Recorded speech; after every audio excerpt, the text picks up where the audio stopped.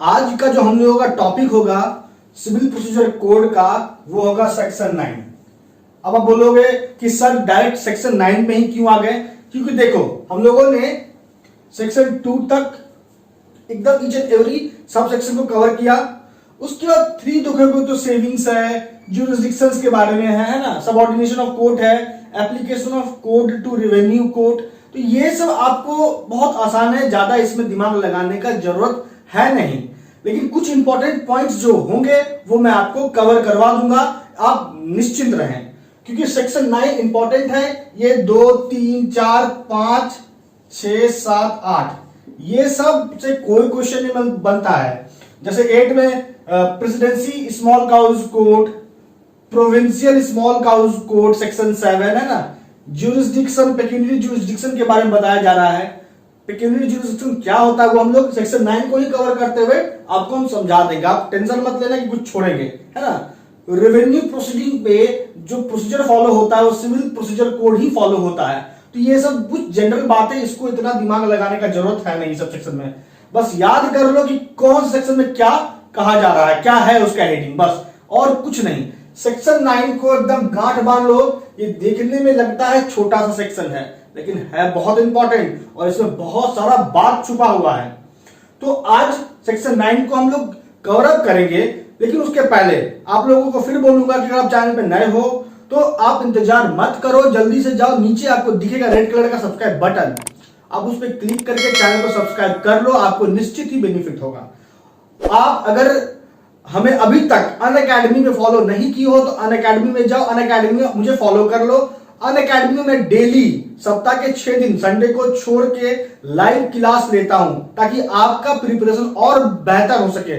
YouTube पे तो civil procedure code चल रहा है और हम लोग अभी अनअकैडमी पे क्रिमिनल प्रोसीजर कोड को कवर अप कर रहे हैं डिटेल वाइज, एक भी चीज नहीं, ऐसा नहीं कि कुछ छूट जाए, एक सेक्शन, एक इलस्ट्रेशन रिगार्डिंग केस लॉ, हर चीज। तो आप अनअकैडमी में फॉलो करो, आपको स्पेशल क्लास का लिंक मिल जाएगा डिस्क्रिप्शन में। नोट कर लो इस बात को, हर दिन स्पेशल क्लास होता है और स्पेशल क्लास फ्री है। बस आपको क्या करना है, आप डिस्क्रिप्शन में जाना, आप स्पेशल क्लास का के लिंक होगा, आप उस पर क्लिक करना, फ्री है। आप बस मेरा अनलॉक कोड यूज करना, बस अनलॉक कोड है, लॉ इज लाइफ ही है, लॉ इज लाइफ। आप अनलॉक कोड यूज करना, आपको अवेल हो जाएगा फ्री में लाइव क्लास। आप मुझसे इंटरेक्ट कर सकते हो, कोई भी डाउट होगा आप मुझसे पूछ सकते हो।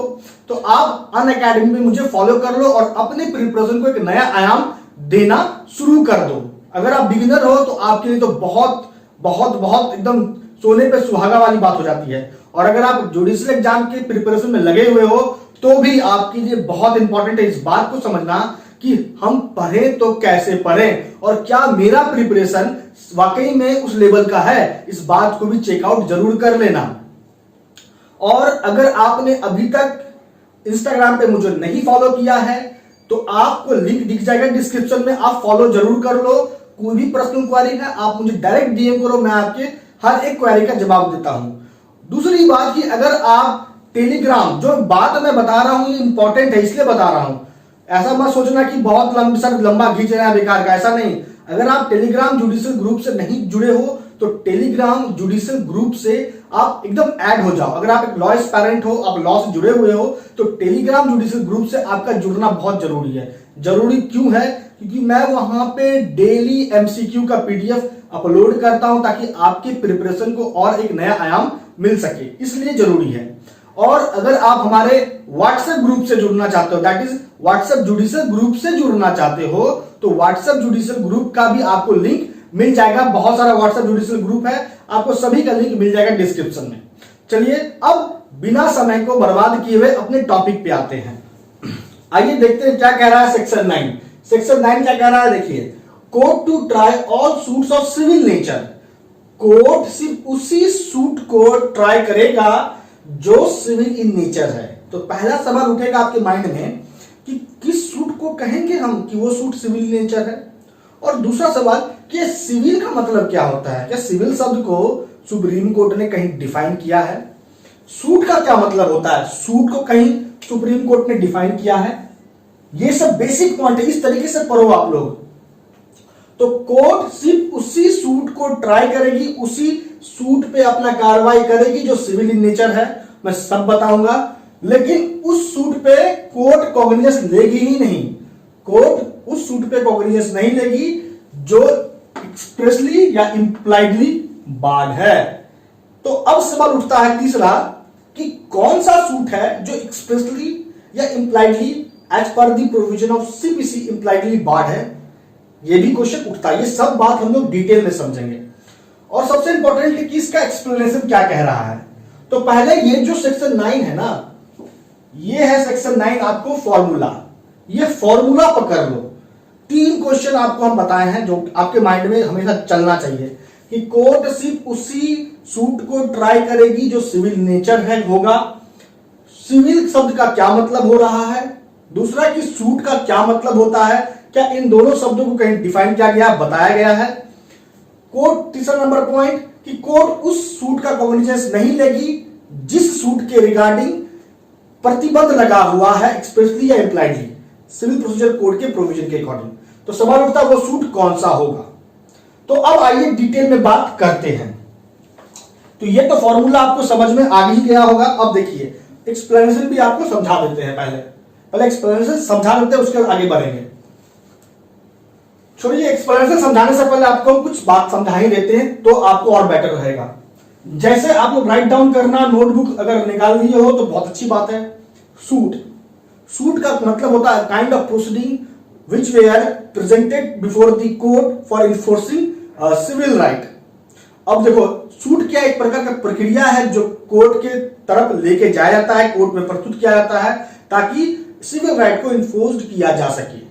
अब सबसे इंपॉर्टेंट बात जो हमने जो ये बात कह दिया, क्या इस सूट को कहीं डिफाइन किया गया है? तो आपको पता है सिविल प्रोसीजर कोड में कहीं नहीं डिफाइन किया गया है। लेकिन जिस तरीके से मैंने आपको बताया इसकी डेफिनेशन को, तो ये जो सूट शब्द है इसको सुप्रीम कोर्ट ने कुछ इसी तरीके से बताया था।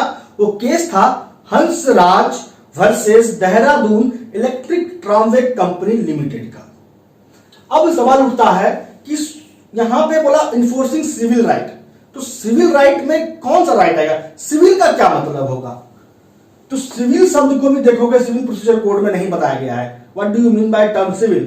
तो सिविल कोड को भी सुप्रीम कोर्ट ने डिफाइन किया था। सिविल का मतलब होता है relating to the private right, relating to the remedies to the private individuals. और इसी तरीके से सुप्रीम कोर्ट ने, एपेक्स कोर्ट ने डिफाइन किया था सब सिविल को। वो केस था जीवोन कृष्णन, आप लोग लिख लो, हम लिख देते हैं जीवोन कृष्णन वर्सेस टीएस अथॉरिटी। याद रहेगा केस, सिविल शब्द को किस केस में डिफाइन किया गया था? जीवोन कृष्णन वर्सेस टीएस अथॉरिटी का केस था। ये आप याद रखिएगा। अब आगे बढ़ते हैं। देखो पहला एक्सप्लेनेशन समझ लेते हैं। अपने पास बेरेक्ट खोल लो, नोटबुक रख लो। मैं अपने नोट से पढ़ा रहा हूं ताकि आपको और अच्छे से बात समझ में आ सके। और निचोड़ देना चाहते हैं हम आपको कंक्लूजन देना चाहते हैं, सेक्शन 9 का एक निचोड़ आपको मिल जाए। तो नोटबुक रख सिर्फ पॉइंट जरूर लिख लेना।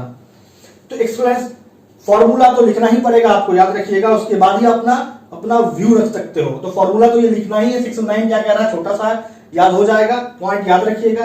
एक्सप्लेनेशन फर्स्ट की ओर बढ़ते हैं। कहता है suit in which right to property और right to office is contested is a suit of civil nature. तो क्या कह दिया, साफ तौर पे समझा दिया कि सूट जिसमें राइट टू प्रॉपर्टी या राइट टू ऑफिस इन्वॉल्व होगा वो सूट सिविल नेचर माना जाएगा। और इसमें एक बात और क्लियर कर दिया, not with standing that any such right is depend on decision of question as to religious rights or ceremonies। इस बात से कोई फर्क नहीं पड़ता है कि राइट टू ऑफिस और राइट टू प्रॉपर्टी डिपेंड कर रहा है किसी क्वेश्चन के डिटर्मिनेशन पे। इस बात से कोई फर्क नहीं पड़ता है कि इस राइट पे अगर कोर्ट किसी क्वेश्चन को डिसाइड करेगी तो इफेक्ट पड़ेगा। इस बात से भी कोई मतलब नहीं है। मतलब साफ तौर पे कह दिया, एक्सप्लेनेशन फर्स्ट समझ लो कि जिस भी सूट में राइट टू ऑफिस और राइट टू प्रॉपर्टी इन्वॉल्व होगा वो सूट सिविल नेचर माना जाएगा। अब इस बात से कोई फर्क नहीं पड़ता है कि उस सूट में अगर कोई क्वेश्चन इन्वॉल्व है जिसको डिटरमाइंड किया गया तो उससे सूट के इंपैक्ट पे प्रभाव पड़ सकता है। सूट के एस्पेक्ट पे प्रभाव पड़ सकता है और उस क्वेश्चन का संबंध रिलीजियस राइट्स या सेरेमनी से है। समझ में आया बात? उस क्वेश्चन का संबंध रिलीजियस राइट या सेरेमनी से है जिसके डिसाइड होने से सूट के इंपैक्ट पे कुछ प्रभाव पड़ता है, तो इस बात से भी कोई फर्क नहीं पड़ता है।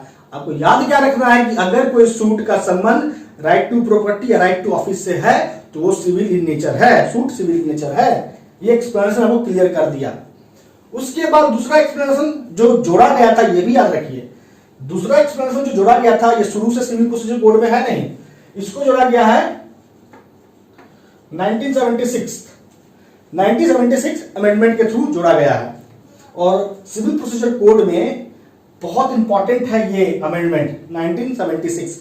इस संशोधन के द्वारा किन किन बातों को ऐड किया गया था सिविल प्रोसीजर कोड में, एक रिवॉल्यूशन आया था सिविल प्रोसीजर कोड में, वो बातें हमने एक एक बात जिस इस अमेंडमेंट के थ्रू जोड़ी गई थी सिविल प्रोसीजर कोड में वो सभी हमने बताए हैं। अगर आप प्रीवियस लेक्चर मिस किए हो तो आपको देखो नीचे आपको डिस्क्रिप्शन में भी दिख जाएगा लिंक, आपको ऊपर आपको रेड कलर का माफ कीजिए आई बटन दिखेगा, आई बटन पे भी आप क्लिक करोगे तो वहां भी आपको दिख जाएगा previous videos lectures civil procedure code के रिगार्डिंग। अगर आप अभी नए हो तो इस सिविल प्रोसीजर कोड के साथ। तो दूसरा एक्सप्लेनेशन आते हैं, जोड़ा कब गया ये समझा दिया आपको। क्या कह रहा है देखो, कहता है इस बात से भी कोई फर्क नहीं पड़ता, it is इमैटेरियल whether or not any fees are attached to the office as is referred to in explanation first, or whether or not such office is attached to a particular place, situated to a particular place। अब explanation to साफ तौर पर फिर ये clear कर दिया, इस बात से भी कोई फर्क नहीं पड़ता है कि जिस ऑफिस का जिक्र एक्सप्लेनेशन फर्स्ट में हुआ है, जिस ऑफिस का जिक्र एक्सप्लेनेशन फर्स्ट में हुआ है उस ऑफिस से क्या कोई फीस अटैच्ड है, इस ऑफिस से क्या कोई फीस अटैच्ड है, या ये ऑफिस कोई पार्टिकुलर प्लेस पे सिचुएट है, इसका कोई लेना देना नहीं है। इस बात से कोई फर्क नहीं पड़ता। सूट का संबंध अगर right to office right to property से है तो वो सिविल नेचर है, इस बात से भी कोई फर्क नहीं पड़ता है कि उस ऑफिस से कोई फीस अटैच्ड है या नहीं है, वो ऑफिस किसी पार्टिकुलर प्लेस पे सिचुएटेड है या नहीं है, इस बात से कोई फर्क नहीं पड़ता, वो सिविल नेचर का ही रहेगा वो सूट। समझ में आ गया बात? तो ये था आपका पूरा एक फॉर्मूला सेक्शन 9 का। अभी खत्म नहीं हुआ है सेक्शन 9, अभी तो शुरू हुआ है सेक्शन 9। जी हाँ, देखो मैंने आपको बोला था कि आपको मैं ज्यूरिसडिक्शन के बारे में डिटेल में बता दूंगा, तो चलिए थोड़ा इन ब्रीफ आपको हम समझा देते हैं ज्यूरिसडिक्शन क्या होता है। ज्यूरिसडिक्शन को हिंदी में कहते हैं क्षेत्राधिकार। That means to say authority to adjudicate। अगर किसी पार्टी, देखो जुरिस्डिक्शन का मतलब आपको पहले समझना, हम लोग जुरिस्डिक्शन पे बात कर रहे हैं, जुरिस्डिक्शन पे बात हम लोग कर रहे हैं, मीनिंग समझा दिए। ऑथोरिटी टू एडजुडिकेट, शक्ति निर्णय देने का, इसी को कहते हैं जुरिस्डिक्शन। अब ये जुरिस्डिक्शन बहुत सारे प्रकार के होते हैं, जैसे टेरिटोरियल जुरिस्डिक्शन होता है, आप लिखते जाना इसका काइंड्स। टेरिटोरियल जुरिस्डिक्शन होता है मतलब किसी लोकेलिटी के अंतर्गत अगर कुछ भी होगा, किसी का भी राइट इन्फ्रिंज होगा, तो उस लोकेलिटी पे किसी भी पार्टिकुलर कोर्ट का अगर क्षेत्राधिकार है, राइट टू एडजुडिकेट करने का राइट है, तो वो मैटर उसी कोर्ट में जाएगा। समझ में आया बात? टेरिटोरियल क्षेत्र से संबंधित जुरिस्डिक्शन। उसके बाद होता है subject matter. Subject matter jurisdiction होता है किसी पार्टिकुलर सब्जेक्ट पे किसी भी पार्टिकुलर कोर्ट का जुरिस्डिक्शन है, तो उस सब्जेक्ट मैटर से इन्वॉल्व हुआ कोई भी सूट होगा तो उस कोर्ट में ही जाएगा मामला।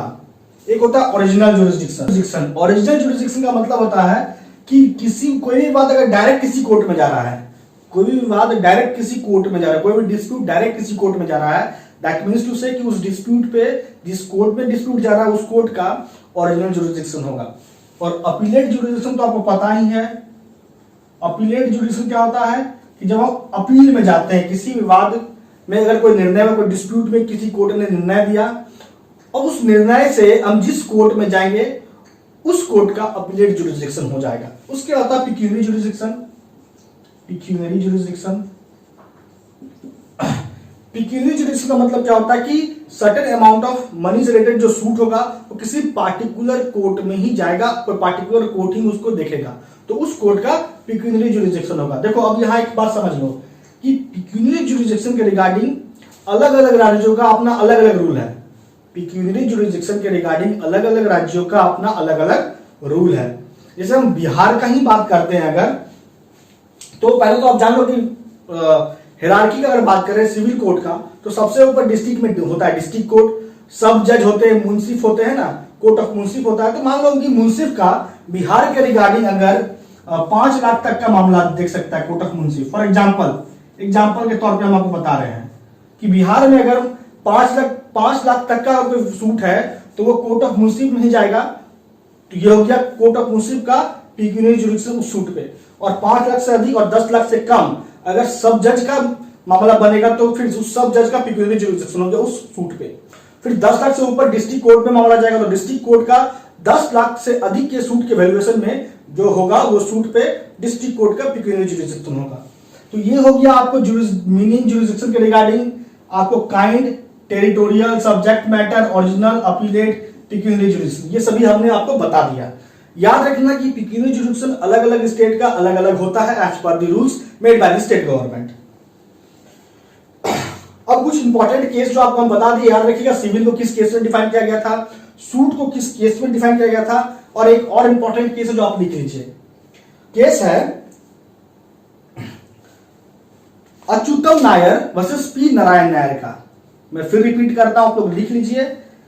Achuthan Nair versus P Narayan Nair.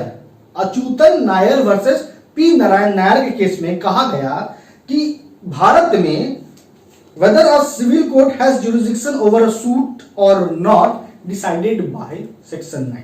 Supreme court क्या कह रही है कि भारत में किसी भी सूट पे किसी भी कोर्ट का जुरिस्डिक्शन है या नहीं है, इस बात को डिसाइड किया जाता है तो वो किया जाता है सेक्शन 9 के प्रोविजन को मद्देनजर रखते हुए। ये कहा गया था केस में। केस फिर से रिपीट करते हैं, अच्युतन नायर वर्सेस पी नारायण नायर का केस था। समझ आ गया बात? अगर आ गया तो कमेंट कीजिएगा अगर कैसा लग रहा है आपको ये सीरीज। मैं पहले जल्दी जल्दी टू दी पॉइंट बता के निकल जाता था, अब थोड़ा डिले करते हैं, थोड़ा रुक रुक के बताते हैं ताकि आप लोग भी अच्छे से समझो और आप लोगों को भी अच्छा लगे कि हाँ हम एक ट्यूशन की तरह एक लेक्चर सीरीज देख रहे हैं। चलिए अब आगे बढ़ते हैं। सवाल उठता है, जैसा कि 3rd नंबर पॉइंट था कि कोर्ट उस सूट पे कॉग्निजेंस नहीं लेगी जो एक्सप्रेसली या इंप्लाइडली बार्ड है। तो सवाल उठता है कि कौन सा सूट एक्सप्रेसली बार्ड है और कौन सा सूट इंप्लाइडली बार्ड है। आप लोग लिख लो, एक टॉपिक हेडिंग दो, सूट एक्सप्रेसली बार्ड। हेडिंग देना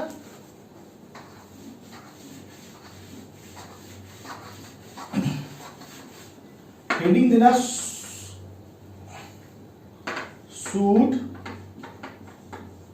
एक्सप्रेसली बार्ड। चलो अब लिखना इसमें पहला number suit under section 47। Suit under section 47 आप लोग राइट डाउन करो, हम बोलते जाते हैं आप लोग राइट डाउन करो, है ना।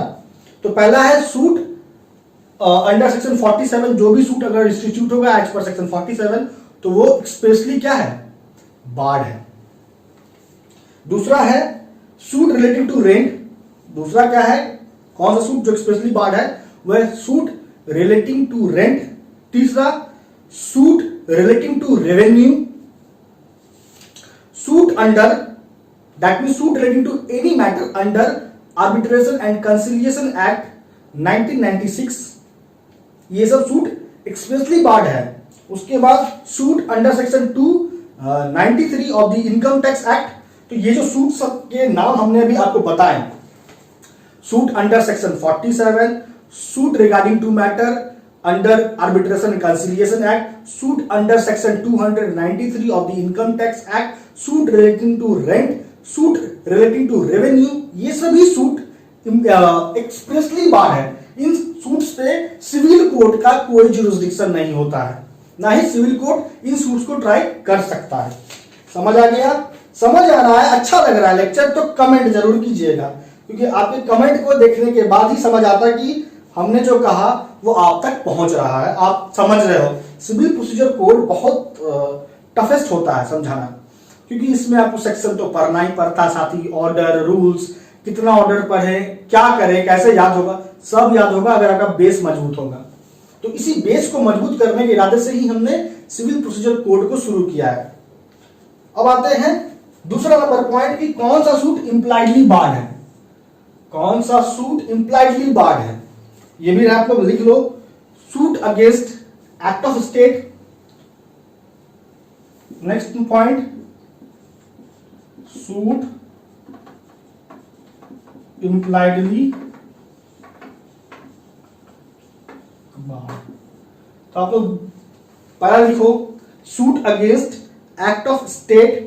दूसरा आप लोग लिखते चलना, कुछ छोड़ना मत, बहुत इंपॉर्टेंट है, एक निचोड़ है। आप सेक्शन 9 को बुक से पढ़ोगे सिविल प्रोसीजर कोड का तो बहुत लंबा है, उस सभी बातों को निचोड़ के लाके आपको दे रहे हैं बोर्ड पे, तो उसमें लिख लेना। तो पहला हो गया suit against act of state, लिखते चलना। उसके बाद दूसरा है सूट अगेंस्ट जज while he is so acting judicially. जब जज जुडिशियली एक्ट कर रहे हैं तो उस एक्ट के रिगार्डिंग कोई भी सूट इंस्टीट्यूट नहीं होगा जज के अगेंस्ट। ठीक है, याद रखिएगा, पॉइंट लिख देते हैं आप लोग। सूट रिगार्डिंग जज with respect to act which he did judicially, है ना। उसके बाद suit involving political question,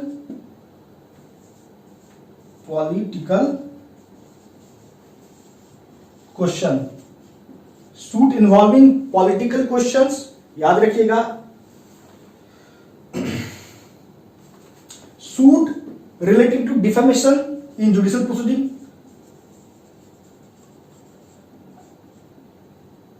suit relating to defamation in judicial proceeding. Judicial proceeding में कुछ भी अगर आपत्तिजनक कह दिया गया जिससे कि व्यक्ति के रेपुटेशन को हर्ट हुआ है, तो फिर वहां पे सिविल सूट फाइल होगा नहीं। अगर जो भी सूट अगर बनेगा तो उस पर सिविल कोड का जुरिस्डिक्शन नहीं होगा। तो ये चारों सूट जो है इंप्लाइडली बार्ड है as per the provision of the civil procedure code. तो सूट जो एक्सप्रेसली बार्ड था वो आपको हम बताए, सूट इंप्लाइडली बार्ड था वो हमने आपको बताया कि किन सूट पे, इन सभी सूट्स पे कॉग्निजेंस कोड नहीं ले सकता सिविल कोड। अब कुछ इंपॉर्टेंट पॉइंट रिगार्डिंग सेक्शन 9, कुछ नहीं छोड़ना है ना, इसी कंसेप्ट के साथ चलना है ना, कुछ नहीं छोड़ना चाहिए। तो आपको हम देख लेते हैं कि कुछ छूटा तो नहीं। आपको जुरिस्डिक्शन बता दी है, जुरिस्डिक्शन के बारे में पूरा डिटेल में। सेक्शन 9 हमको लगता है कि आपका क्लियर है। अब देखो कुछ एग्जांपल देख लेते हैं कि किस सूट को कहेंगे सूट ऑफ सिविल नेचर है। सवाल है आपसे, सवाल भी कुछ पूछना चाहते हैं, क्या caste question suit of civil nature है? क्वेश्चन को लिखिएगा, each caste question is a suit of civil nature. क्या कास्ट क्वेश्चन से रिलेटेड जो सूट है वो सिविल नेचर का सूट होगा क्या? कास्ट क्वेश्चन से रिलेटेड सूट क्या सिविल नेचर का होगा? कमेंट करके बताइए अगर आपको पता है तो। देखो कुछ एग्जांपल उन सूट्स के जो सिविल नेचर होते हैं, जैसे देखो suit by government, suit by government servant for arrears of salary for the period he was actually in office. जो भी सूट दर्ज होगा by the government servant for arrear of salaries के लिए तो वो सूट ऑफ सिविल नेचर माना जाएगा। दूसरा देखो example, suit to establish a right to worship, suit to establish a right of worship. ये सब क्वेश्चन दे देगा आपको, प्रीलिम्स में पूछेगा कि क्या ये सूट ऑफ सिविल नेचर है या नहीं है। तो suit to establish a right to worship is a suit of civil nature. Suit relating to taking out religious procession, suit relating to taking out religious procession, धार्मिक जो आप जुलूस निकालोगे इसके रिगार्डिंग जो सूट होगा वो सिविल नेचर का होगा। Suit for dissolution of marriage is a suit of civil nature. Suit in which right to franchise, suit in which right to franchise is involved is a suit of civil nature. Suit for hereditary office of a family price is a suit of civil nature. ऐसा write down करते चलना आप लोग। A suit for office is a suit of civil nature. Suit for declaration is a suit of civil nature. Suit for accounts is a suit of civil nature. तो ये सब कुछ instances थे suit of civil natures के। अब कुछ suits जो civil nature के नहीं होते हैं, जैसे suit involving right to privacy. Suit involving right to privacy is a suit which is not of civil nature, जो सिविल नेचर का नहीं होता है। Suit involving question of rituals के रिगार्डिंग जो सूट होता है वो सिविल नेचर का नहीं होता है। Suit involving merely dignity or honor is not a suit of civil nature.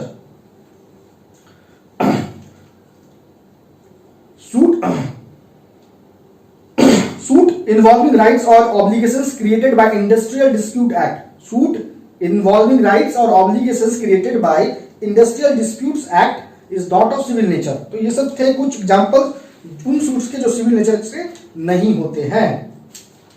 तो अब हमको लगता है कि आपका पूरा जो सेक्शन 9 का कॉन्सेप्ट है वो पूरा क्लियर हो गया है, कुछ भी नहीं छूटा है।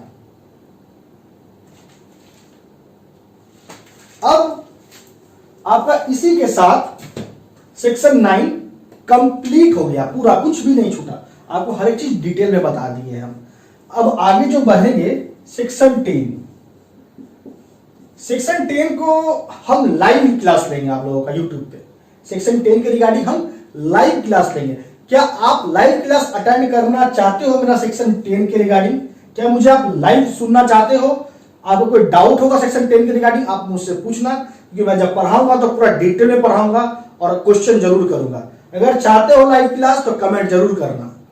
और अनअकैडमी पे मेरा अनलॉक कोड यूज करके लॉ इज लाइफ अनअकैडमी में मुझे लाइव वहां पे क्रिमिनल प्रोसीजर कोड के रिगार्डिंग आप मुझे वहां भी आप अटेंड कर सकते हो, फ्री है। खाली अनलॉक कोड यूज करना, लॉ इज लाइफ।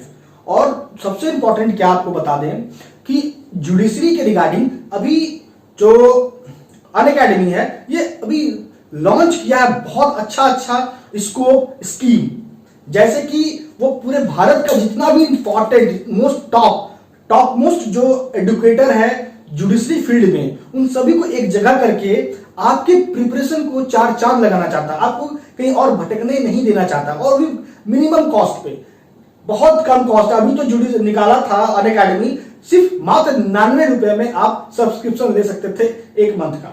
अभी जाओ, अभी आप सब्सक्रिप्शन लेते हो अगर कोर्स का, तो आप कोड यूज करना हमारा लॉ इज लाइफ, आपको डिस्काउंट मिल जाएगा 10% का। तो आज इस लेक्चर में इतना ही। कोई भी क्वेश्चन होगा कमेंट जरूर कर देना, बस अपना साथ बनाए रखना, क्योंकि आपके साथ के कारण ही यहां तक पहुंचे हैं। तो दोस्तों आपका बहुत बहुत धन्यवाद।